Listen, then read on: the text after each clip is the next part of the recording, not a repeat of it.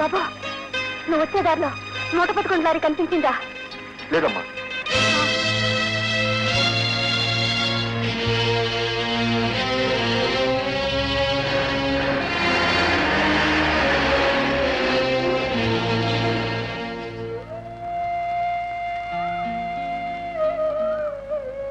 ఏంటక్క ఇది?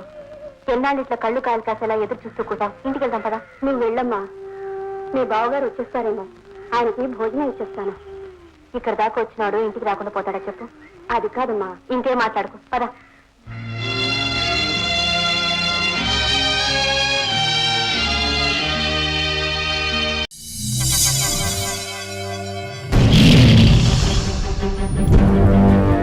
ఒకడొచ్చి నేను పులి అంటే కింద పైన మూసుకొని కూర్చోవాలి.